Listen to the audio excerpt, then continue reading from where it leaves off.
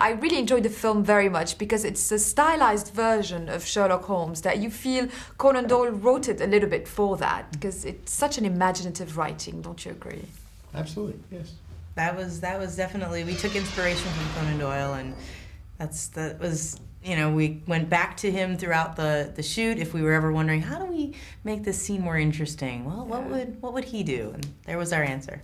Do you feel like the technology is finally helping the vision of authors of the time, putting everything to life?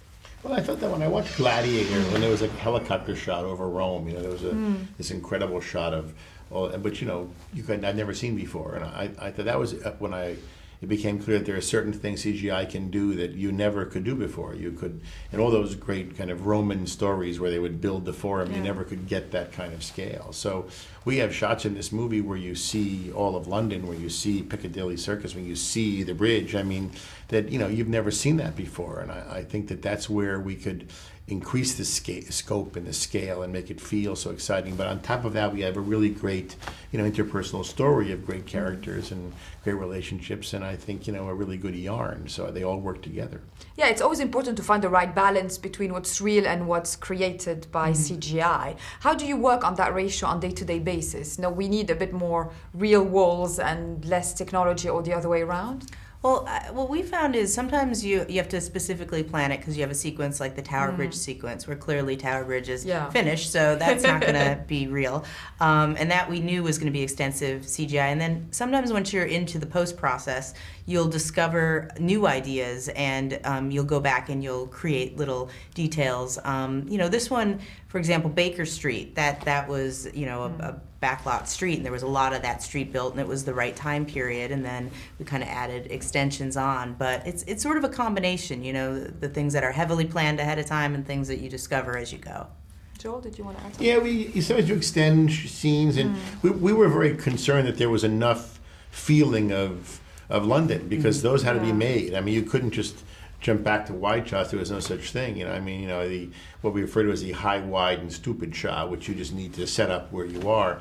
They didn't happen. So we were very conscious of, they had to be written into the script and explained, and we had to find them along the way.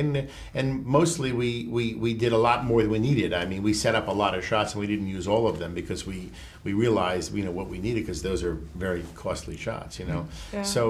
But you know, but we took our lead from, you know, where the movie needs to jump back and see, and I think that they're very effective. You could hear sometimes last night we had the premiere last night. There are gasps in the audience when they saw huge shots of London, which they'd, you know, never really seen before. It was pretty exciting to hear that. I know, and it's quite fascinating to see it how we imagined it. I think that's the best thing about films like that.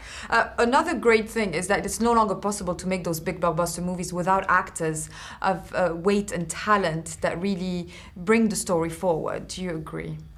Absolutely. I mean, if you don't care about it, then it's just spectacle, and it kind of numbs you after a while. But it was really important to us to get the right Holmes, and there's no right Holmes without the right Watson. And so the pairing of Robert and Jude was a really fortunate thing for us. They have an incredible chemistry, the kind of thing that you can't really fake. And you know, we had Robert on as Sherlock. He was sort of the studio's first choice, and we were talking for a while about who should be Watson, because again, if you don't nail that right, you're dead in the water.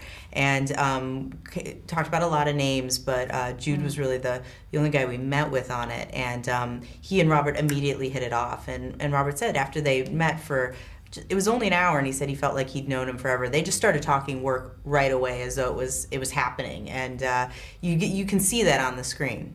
Do you usually need to see that together, or you do knowing those actors, that they would work well together? You never know. You can only, you always hope that you get that chemistry. I mean, in my life, I've had a few times, I mean, you know, we kept talking about the notion of the Butch and Sundance relationship. I mean, you know, when I did Lethal Weapon, we had that first meeting with Mel and Downey. We knew there was something special, and I think that Jude and Robert had that right away, and you sense that on the screen, that they can bicker with each other, they can kind of ride each other, but there's real love, and there's real support, and there's real kind of, you know, connection between them, and I think that's what audiences like to see.